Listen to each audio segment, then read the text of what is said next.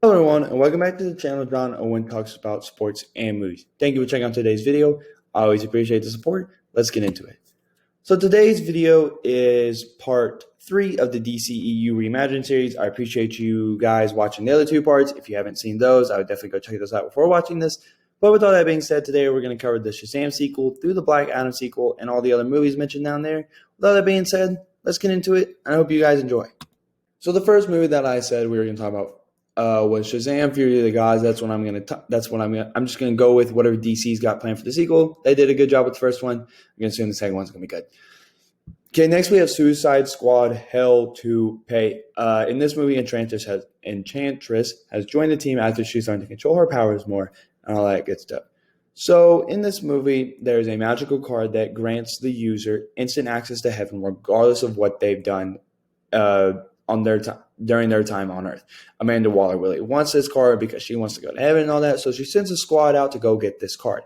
However, the card is very heavily guarded. It's hard to get to. They have all these struggles or whatever. There's other people trying to get it, of course. Anyways, the squad does end up getting the card. However, Bronze Tiger, who I don't know if I mentioned this earlier, but he's basically acting like the second most important person on the team behind Deadshot, or the second main character on the team behind Deadshot. And he ends up dying at the end. So Deadshot gives him the card, the real card, and then which grants Bronze Tiger access to heaven. And he gives Amanda Waller a fake copy of the card. Amanda doesn't know it's fake. It doesn't matter. So then Amanda reduces his prison sentence by the exact same amount that he had left. So he actually got to go home to his daughter, and now he's off the team, and he rides off into the sunset. It's a really sweet, or hypothetically, it would be a really sweet moment. So the next movie is a Batgirl prequel movie. We see how Barbara Gordon becomes Oracle and how she became the kind of cool and calm and collected Oracle we see starting in the first Batman movie and then all the way through the rest of this reimagined universe. So we see her time becoming Batgirl and as Batgirl, and the main person she fights while she's Batgirl is Poison Ivy. She stops her scheme, she does good, all that good stuff, whatever.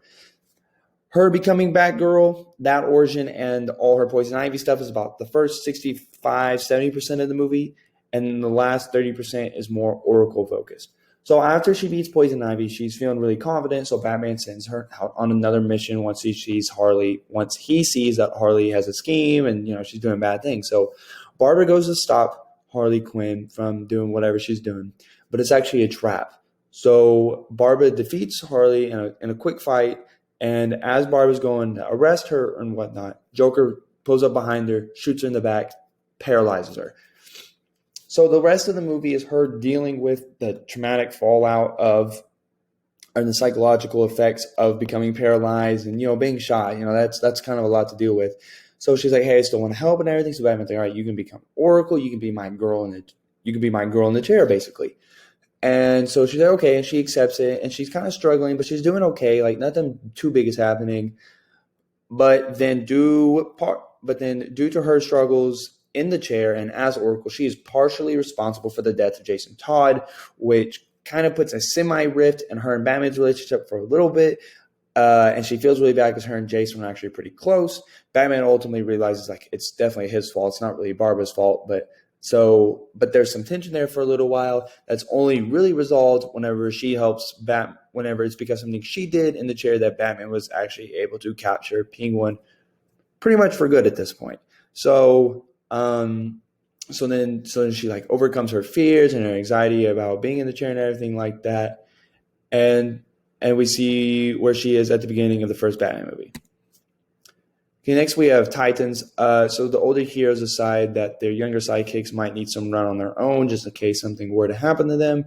So they put together an original team of Nightwing, Wonder Girl, and Aqualad. So the team, they're out and they're fighting crime and they're doing good. Well, they come across this young girl named Tara who they see has powers and everything like that. It is about their age, so she brings them in.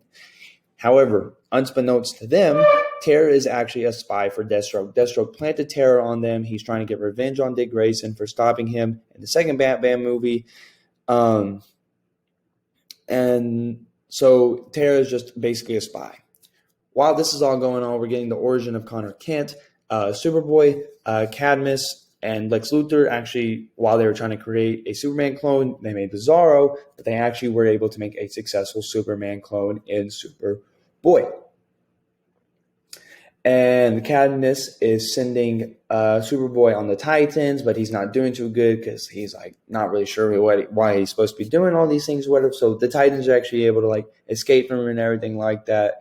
So basically, the two conflicts in this movie are Deathstroke and Terra and Superboy.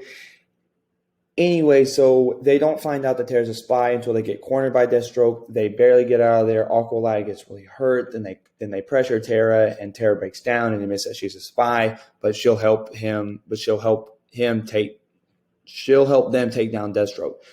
But when push comes to shove, and it's actually time to back that up, she actually stays with Deathstroke. And so the final fight between that conflict it's Wonder Girl, Nightwing, and Aqualad versus Deathstroke and Terra. They beat them, deal with them, lock them up. They're good. So then they go and they fight Superboy, and they're able to convince him to leave Cadmus, that they're not good, and to join them. So then the Titans team is the original three plus Superboy.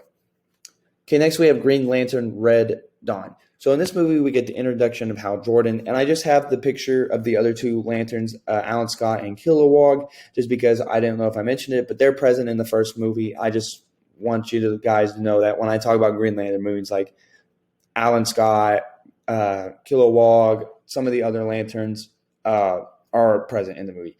And Hal Jordan has to learn how to become a Green Lantern. John Stewart, his mentor almost, and they have to team up to fight the Red Lantern Corps led by Atrocitus.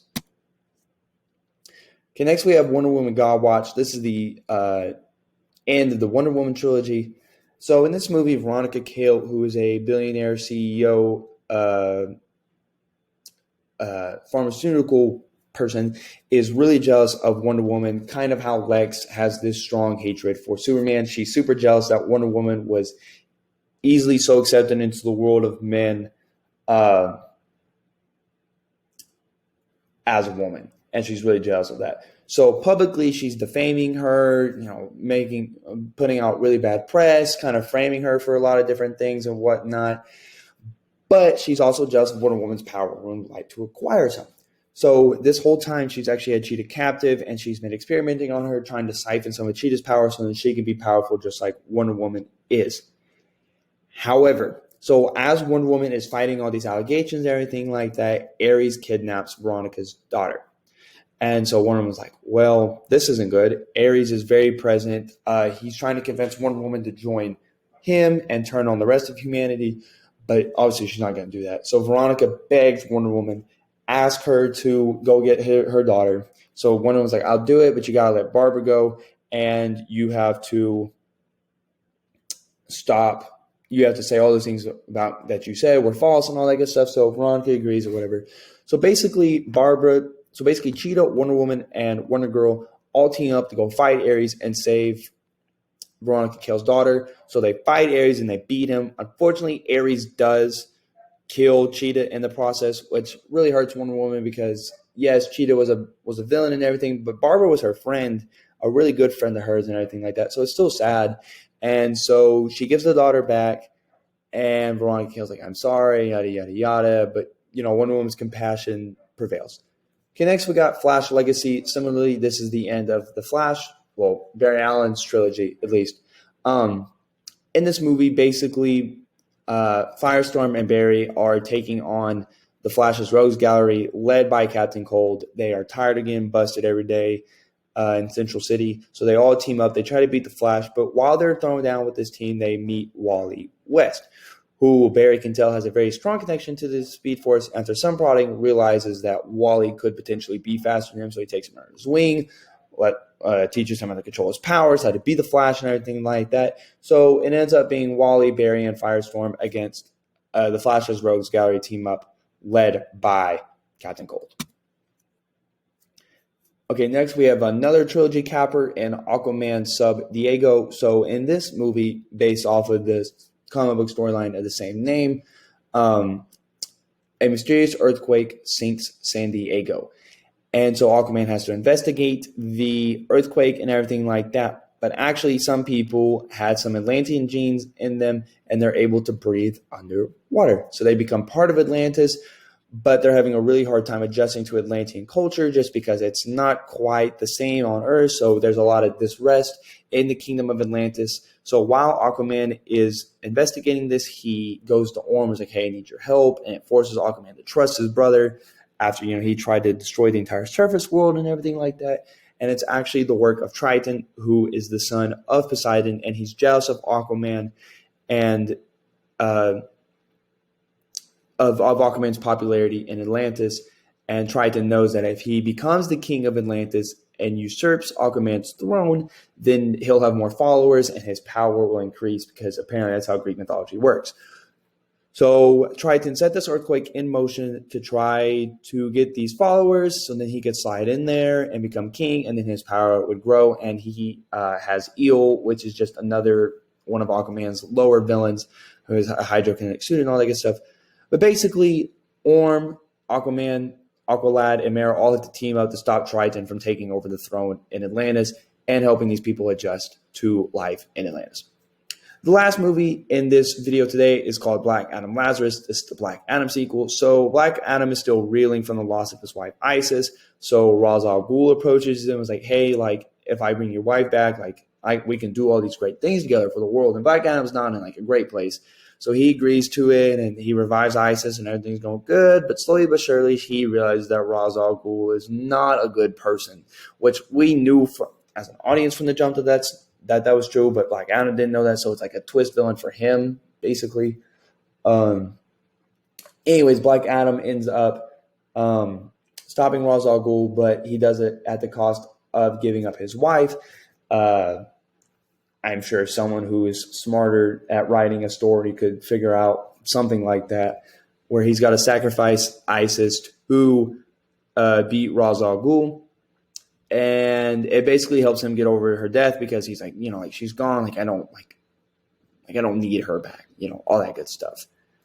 And it completes that part of his story. So thank you for watching today's video. I appreciate you guys watching the other parts. If you haven't watched them, they're going to be linked. Like, comment, and subscribe to the channel so you never miss out on any of the fun. Thank you. Have a great day.